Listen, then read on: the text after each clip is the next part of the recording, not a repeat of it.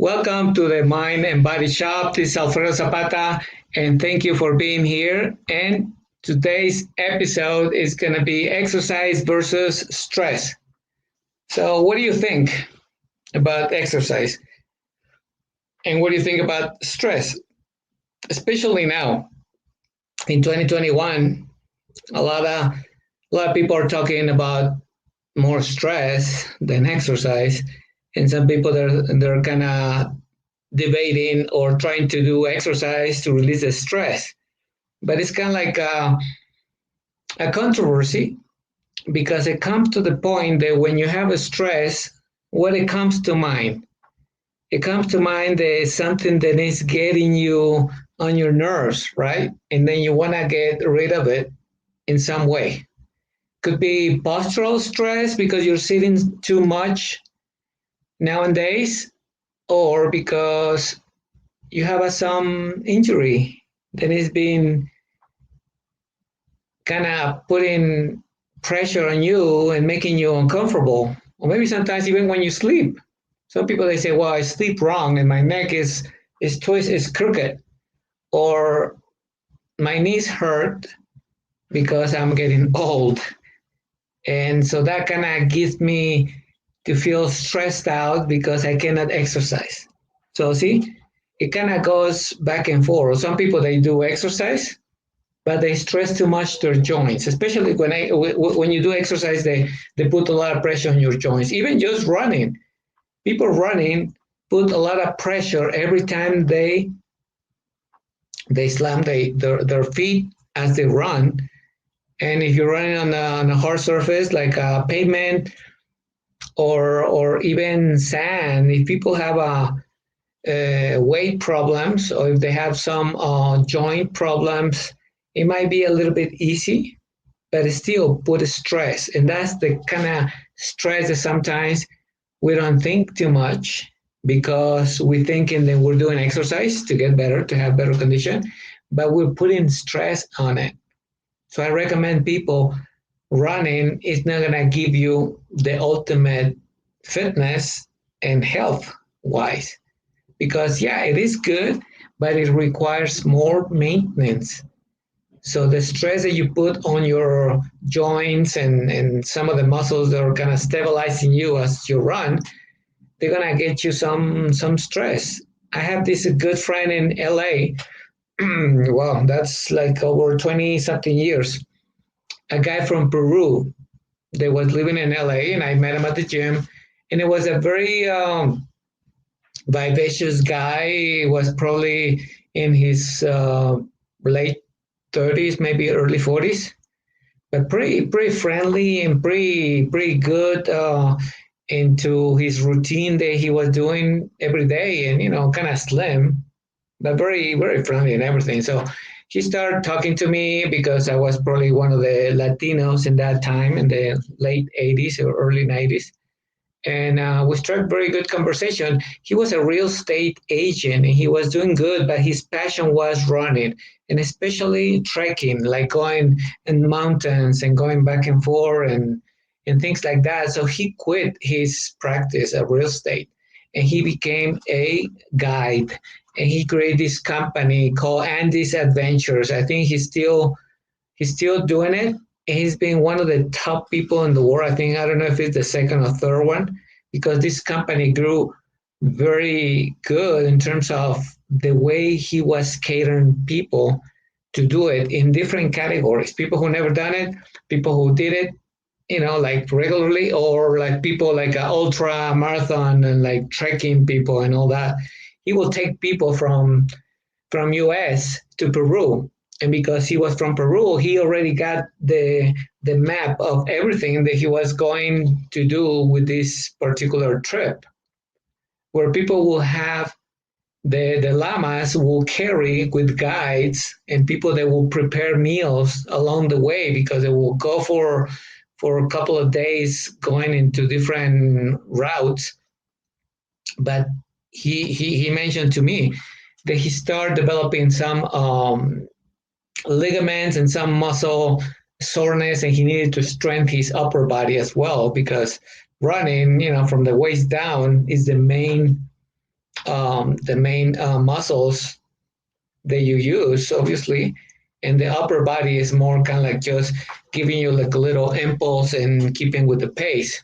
But I mentioned that because even though they were exercising like extreme in a way, it was putting a lot of pressure. So he will also give them some type of a release after the trekkings in different areas wherever they were, camping to eat and to sometimes even spend overnight and stuff like that. And they had some type of like a jacuzzi or some like therapy to release the stress from the people who were participating.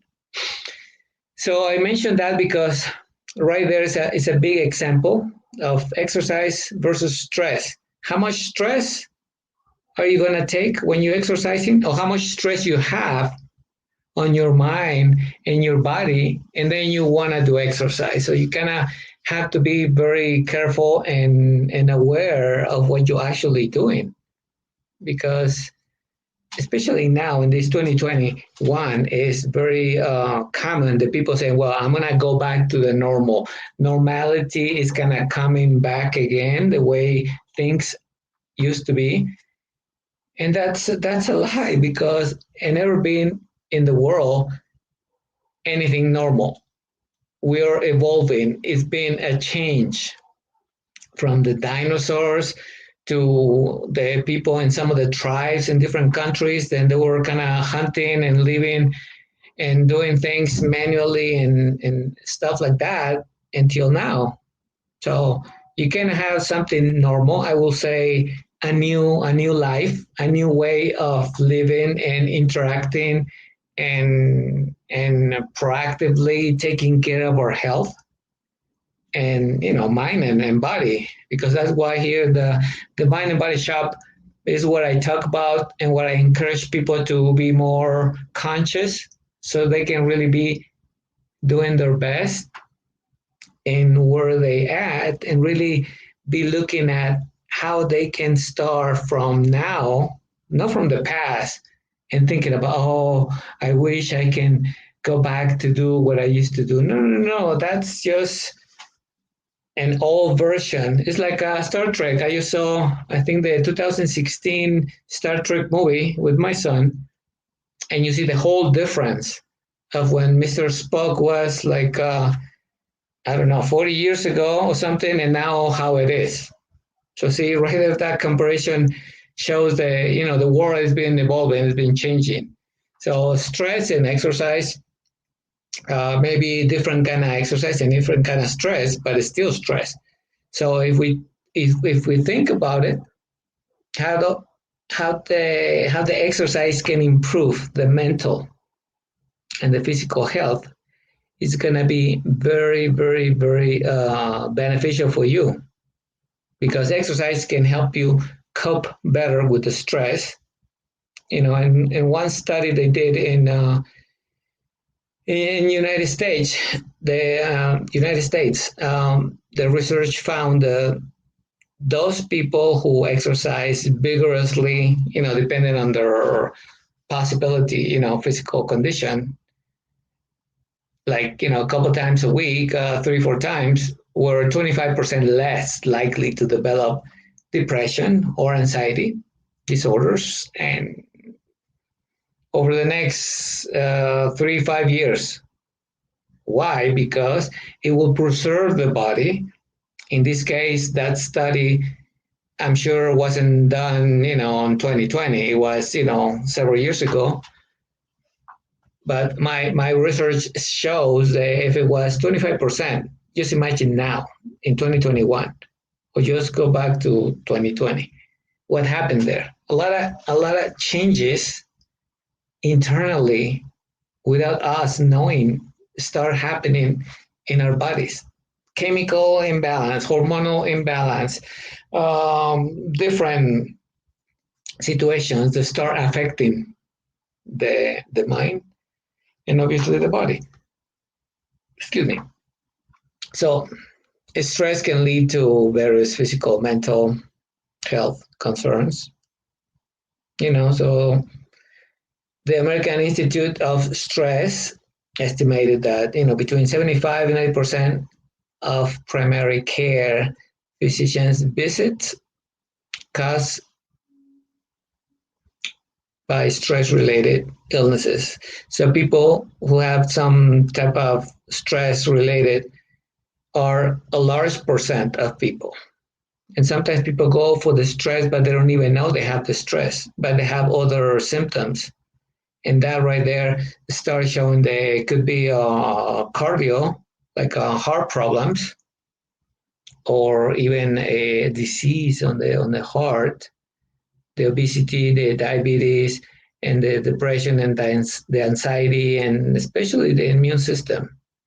Reduction of the immune system because of the stress and the anxiety. There is some vitamins and some elements they get evaporated from our body, especially the water soluble vitamins like B complex, vitamin C. They're pretty important for the nerve system to be working correctly. Like a friend of mine a couple of days ago over the weekend, she took a fall, and because even though she had like a vertebrae fusion for there was an accident that she had, she fell, and then she got this ache and pain, very much like burning. And referring to what happens with her, it was the nerve system that got so much irritated because of that stress the fall gave her. So this survey in 2011, the American Psychological Association showed that 39% of respondents reported overeating or eating unhealthy because of stress. So here you go. 29% reported skipped meals, and 45% reported lying awake at night, insomnia. But on the positive note, 47% responded to walking and exercise as a way of managing stress. Again, so they find some people that were doing something to improve their health. So, in order to cope with that stress, there is some methods to help the behavior, the activity that you do. It can really improve. Not that it's gonna cure or fix it, it's gonna improve. And that kind of brings me also to some of the abuse of painkillers and drugs to kind of avoid temporarily the pain, the depression, the anxiety, the different imbalance in terms of emotional disorder that can lead also to another illness.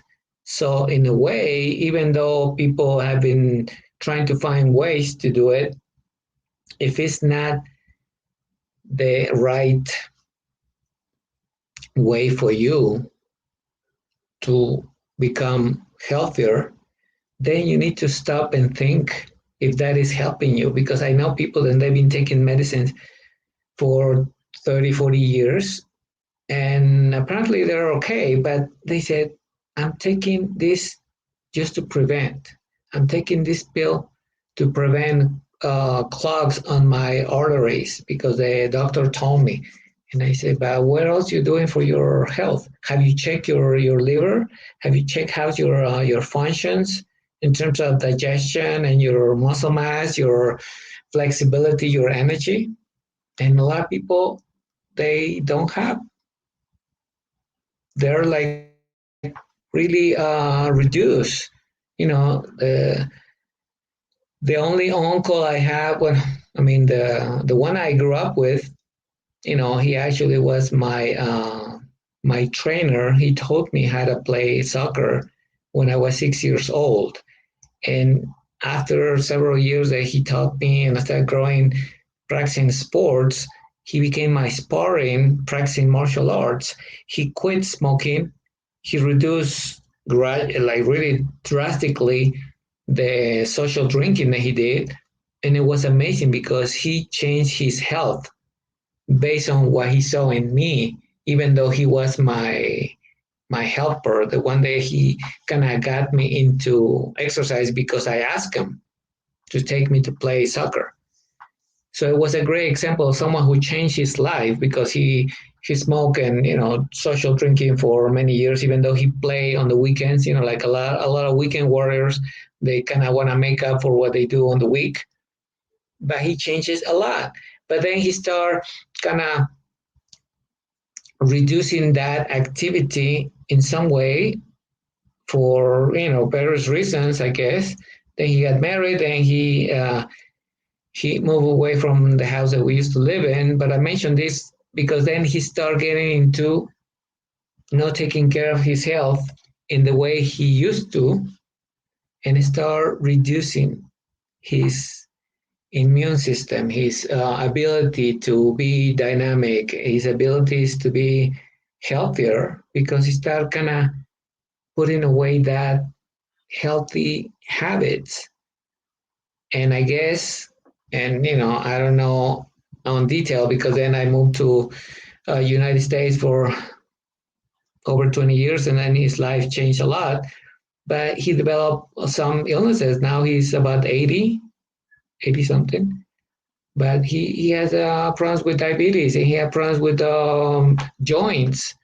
And I tell him, hey, how come you haven't done this exercise and we used to do and the muscle mass and things like that? And he said, yeah, but it kind of he lost the age in some way, and I'm sure it was part of his thinking, his mind. He probably let himself go, and that's sad. But just imagine people in their 30s, in their 40s, in their 50s, because I spoke to various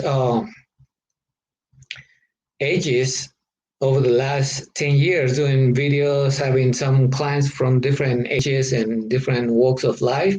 But I see a lot of those ages have problems, and some of them very severe, and young people.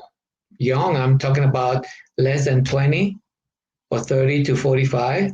Like really serious. They even look like someone who's like really old. And I feel like, well, I cannot push them.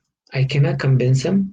I can just give them my opinion. And if they're committed to make a change, to help them. That's why the Mind and Body Shop is made for you. So you can take a look and say, well, if I'm still alive, I can make that change and use the exercise wisely to really improve my life and reduce the stress and being able to manage as I continue to live, no matter how many years I have left. I will really enjoy it because I'm doing something for myself. And that's the main thing, seeking the professional advice from an exercise expert. And sometimes people have saying, "Oh no, Alfredo, but I have a routine. My nutritionist gave me this and this," and I look at, and what if they give you the same than they give to your friend? That happens in one of the gyms that I used to work. They say we hire you just for you to help people the exercise part of the stuff, and then they put somebody who was a nutritionist. But a good friend who was training these two guys, they kind of not look the same, but they were kind of maybe similar age. They went in with that nutritionist. They came out, and a few days later, and then she said, "You know what?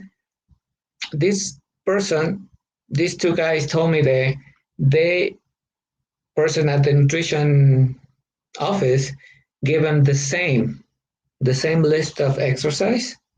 I mean, the same list of food to eat, like if it was just a copycat, like, I mean, like a photocopy." And I said, "Well, what do you think?" Because they knew my background and everything. And I said, "Well, no comment. That's kind of what happens in a lot of places. People who have no expertise, a proven tracking expertise, providing advice or guidance to people. And I'm not saying that because I'm the best, but I've been for more than 30 years working with people on hands on the exercise, the mobility, the biomechanics of exercise, plus the eating. Why? Because I did it. I work at the hospital with patients in terms of their eating, and also more than 20 years working with people in how to improve their health, doing exercise and enhancing a new lifestyle for them. So I guess my take is that if you seek professional advice, seek for looking for someone who's really in tune with who you are. Because if you're gonna ask someone who is just a bodybuilder, he might have the expertise to treat somebody, busy executive or a housewife or someone with injuries. Maybe not. I'm not saying that it's not possible, but I would rather go with someone who might be in the same channel like you are, so you can really see results and feel understood instead of being restricted and saying, no, you cannot do this, and now you got to do this. Kind of like imposing you something, even though you're doing it with a good intention. And, each person needs a specific approach. So you can get tangible results, but especially confidence in yourself, because the confidence in yourself is going to help you to really cross that line and not to be afraid to make a change, a good change, not just an option. This is bad, so I'm going to do something that is less bad.